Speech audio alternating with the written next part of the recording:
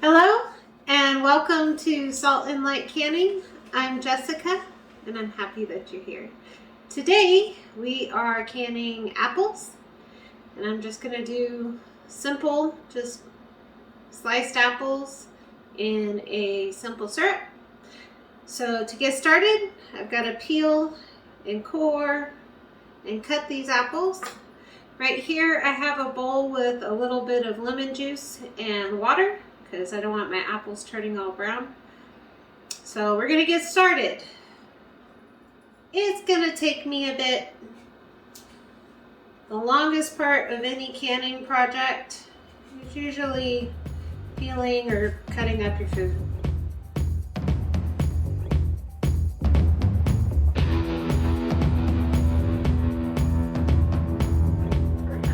Go. All right, so I have my pot full of lots of apples. I also have some simple syrup in here. It's light, so it's about 8-to-1, 9-to-1 ratio of water and sugar. And we're going to turn this on and turn the right burner on. Let's do that. And we're going to get everything nice and hot so we can put them in our jars. Also going to add a little bit of cinnamon because I like cinnamon in my apples. If you don't like cinnamon in your apples, don't add cinnamon. If you like more sugar than I like in my fruit, you know, there's lots of ratios. Please check out the National Center for Home Food Preservation.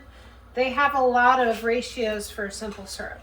Or if you have a Ball canning and preserving book, they have ratios. So, you know, do what's going to work right for you and your family. Just with fruit, you really do need to do some sugar.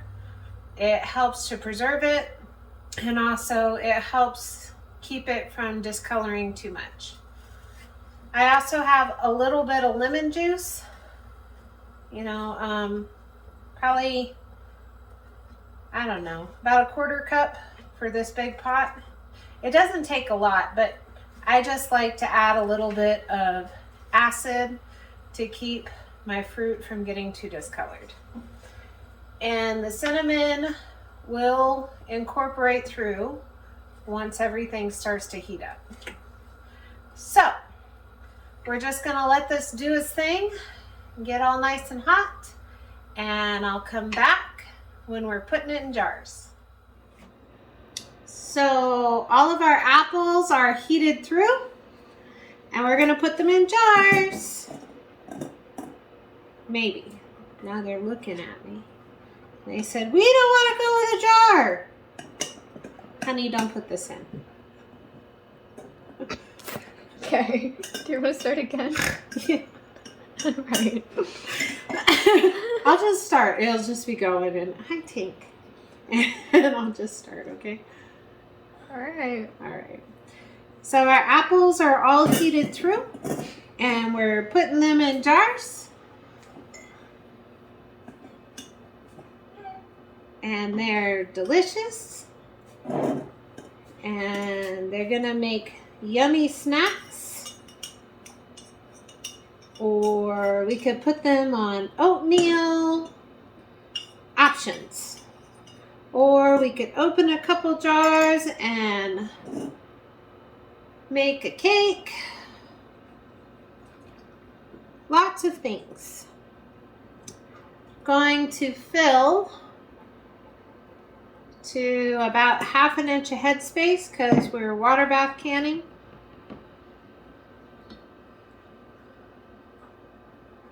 And they are very hot, so be careful. Make sure you debubble really well.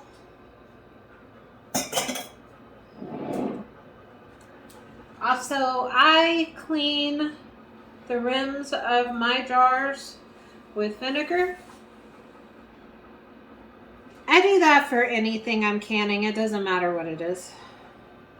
Some people only do if it's sticky or if it's oily. I just do that all the time. When you're in the habit of doing things, it's just better to stay in your routine. All right, fingertip tight. That's just my fingers are tightening down that ring. Except for this one feels a little funky. So there we go. Oh, these are so pretty. Hannah, look, these are so pretty. These are so hot, but these are so pretty. I'm just gonna keep filling jars and we'll come back when we're putting them in the canner. Ouch, and I'm burning myself. Be careful. I also want to encourage you. There are lots of things that you can do that are not pressure canning. You can can fruit and tomatoes and pickles and jams and relishes and lots of things that are not pressure canning. So don't be discouraged if you don't have a pressure canner or if you're afraid of a pressure canner. Okay, you can do lots of things. My grandma was afraid of the pressure canner, you know, because when she was growing up, they did not have the same safeties as they do today, and they might explode on you. So I understand that she was not comfortable with the pressure canner. So I want to encourage you, just because you're not comfortable with a pressure canner doesn't mean that you can't put food up for your family to have that's healthy, that's delicious, that you made, that you know what goes in it. Okay, don't be discouraged just because you don't have a pressure canner or you don't want a pressure canner. Or there's lots of things you can do. You can dehydrate food. You can freeze food. So just because you don't have the equipment to pressure can your food doesn't mean that you still can't take care of your family. You have lots of options. And I've said lots of times, I didn't start out with canning. I actually started out with dehydrating. And I still dehydrate food. You just gotta find what works for you.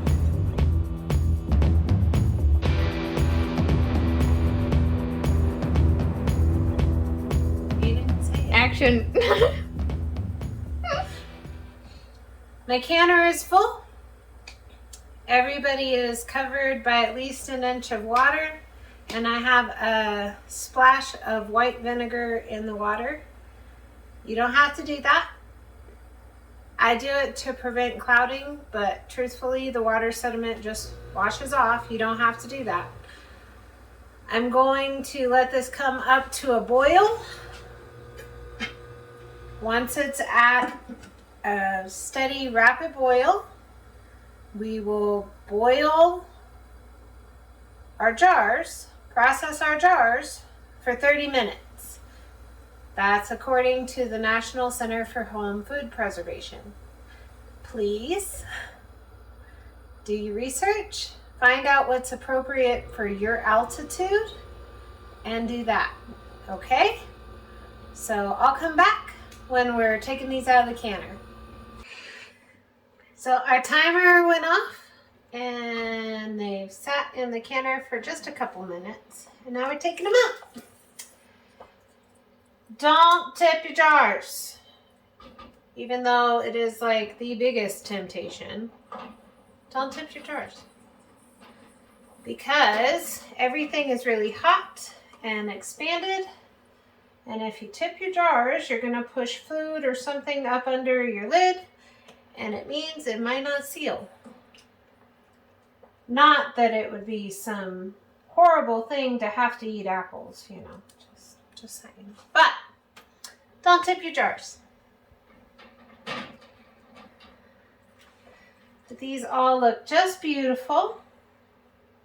And they smell delicious in my house.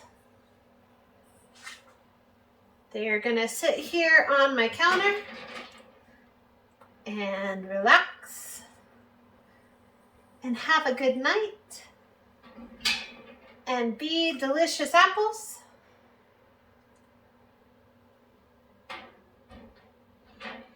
And we'll turn them into something wonderful, or we'll just eat them out of the jar. And yes, I have to line them up, have to.